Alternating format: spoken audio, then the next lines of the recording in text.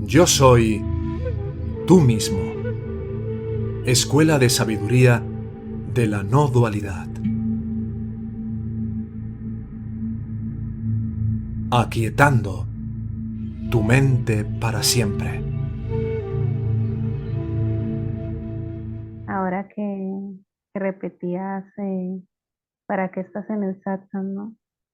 En estos días me coloqué a mirar unos correos y ya fueron 2 años, ya sé que entré a la escuela y pues han sido muchos altos y bajos y continúan, no se puede negar, pero sí puedo decir que ha habido un cambio muy grande, muy profundo. Creo que el primer año, Ernesto, eh, todavía traía la creencia de que pronto la Advaita iba a mejorar mi vida, a hacer más bonito el paisaje. Y me costó mucho trabajo entenderlo, entender a profundidad que la Advaita no era para mejorar el sueño ni nada de eso. Y ahora digamos que este segundo, entre comillas, año o ciclo, me ha llevado a entender que la única espacio de verdadera paz que podía encontrar era precisamente dentro de la Advaita y conectarme profundamente con eso. Creo que de pronto me encuentro allí en una situación en donde creo que poco a poco lo iré también entendiendo como todo proceso, que es que todavía noto que utilizo la Advaita como, como que no voy a la enseñanza. Sí, la amo, sí, cierto que me da esa paz y me reconforta y es lo que necesita mi alma, pero a veces siento que acudo a ella más es por el miedo que ya le tengo a estar en el mundo, ¿sí? Es como cuando decían que hay un dicho que dice que elegí ser bueno sin el soborno del cielo. Yo quiero ir a la Advaita sin el soborno por el miedo de que sé que si me hundo otra vez en el mundo totalmente, lo único que recibo es sufrimiento y dolor. Quisiera llegar a ese punto en donde de verdad en mi alma nazca más esa necesidad.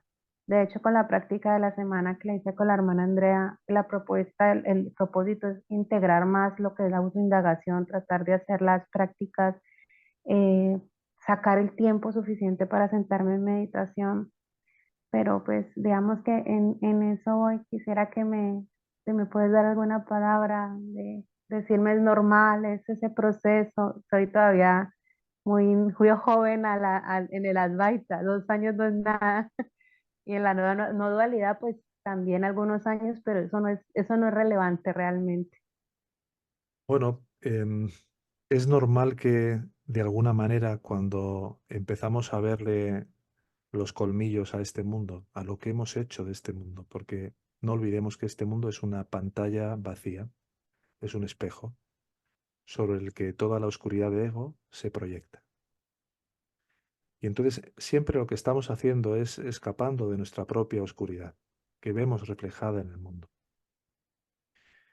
Pero inicialmente está bien, porque al menos nos damos cuenta de que todo lo que parecía prometernos no era algo realmente prometedor. Y buscamos una solución de corazón cuando ya le hemos visto las fauces al lobo varias veces y buscamos en diferentes caminos hasta que llegamos a un punto en el cual nos damos cuenta o resonamos con la verdad más profunda de todo camino auténtico, que es que en el corazón de toda experiencia hay un remanso de paz, hay un refugio de perfección, de amor, de quietud. Y inicialmente, por eso Robert, cuando habla de los tres vehículos que vimos hace ya meses, habla siempre de que el primer Sí, vehículo es el de estar en silencio. Nos recluimos inicialmente, queremos escapar del mundo, queremos protegernos de esa tormenta de sufrimiento, de desesperación, de sinsentido. Y está bien temporalmente. Pero cuando aprendemos a guarecernos en el corazón, nos damos cuenta de que para poder profundizar y poder acceder cada vez a un mayor grado de paz y de amor y de contentamiento sin motivo, sí o sí vamos a tener que atravesar toda la oscuridad que antes veíamos afuera, pero ya no lo hacemos solos. Y eso es lo verdaderamente maravilloso. De pronto sobre eso quería añadirte, es corto. La situación acá en Israel, eh, este sueño mío respecto a vivir aquí, la, la discriminación que veo constantemente entre que tú eres árabe, yo soy judío, lo que se siente a nivel del sueño de lo que es estar en este país, es algo que cada vez soy más consciente, ¿sí? Y voy mucho a preguntarle a la gracia, bueno, mi Paragda Karma me trajo acá a ver esto, a integrar esto, a encontrar también lo que hay dentro de mí que todavía ve dualidad, que todavía ve separación y que por supuesto me imagino que por eso lo veo afuera. Pero es muy difícil, Ernesto, si Joshua está acá, Joshua lo sabe, la enemistad, el odio que se vive entre una religión y la otra, entre un grupo y el otro, eso es algo que usted lo vive diariamente, Ernesto. Eh, no sé cómo manejar eso, la verdad. Yo he preferido estar en silencio, yo no hablo de estos temas con nadie, la verdad, pero es algo que se vive aquí, que se sabe, que es conocido. El tema es que el sentir y la mirada que se conmueve, a veces con tristeza, a veces con asombro ante ese odio, esa manera de condenarse uno a otro, ¿no? Que se ve además muy palpable en un ambiente como el que se está dando ahí, tiene una solución radical. Cuando aceptamos, producto de la propia práctica, experimental de la enseñanza, que si yo resuelvo de todo corazón toda forma de odio que pueda quedar en mí, si yo rindo y entrego cualquier interpretación de rechazo, de juicio, que pueda seguir albergando y alimentando en mí, podré ver todo eso sin que haya un movimiento interno de inquietud y de miedo que pueda surgir. Uf, Cuando una madre cómo ve a poder un... ver, digamos, a personas Claro, hablando tan extremistas, hablando, aceptando de que bombardeen más, saber que allá también mueren personas, que mueren niños, todo eso, es una cosa que yo es todo eso está de ocurriendo lado y porque, lado. claro, todo eso está ocurriendo porque ego está en pie. Como dice Bhagavan, si ego viene a la existencia, todo viene a la existencia. ¿Y qué va a provenir de ego, que es la negación del amor?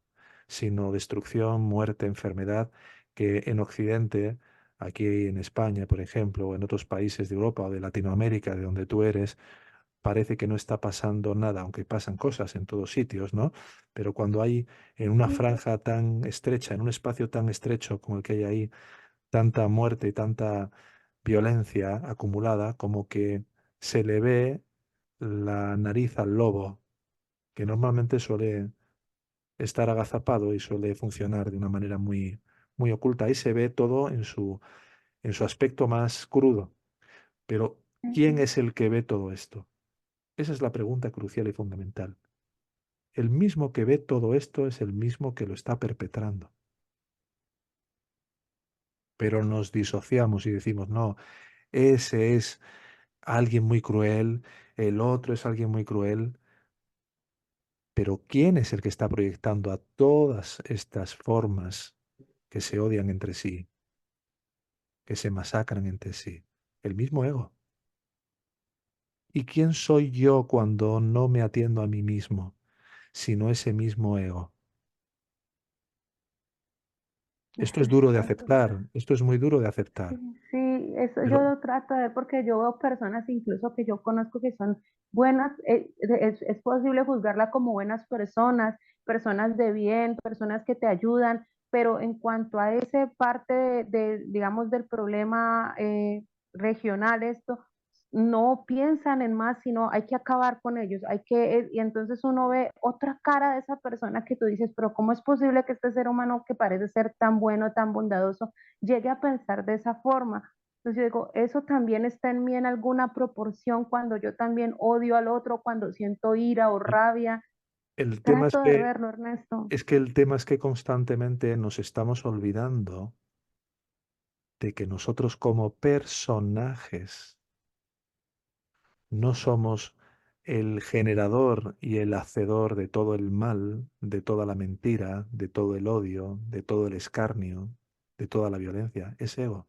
Ego se vive como este cuerpo, como todos los cuerpos, para perpetrar su, su maldad, su ignorancia, su destrucción.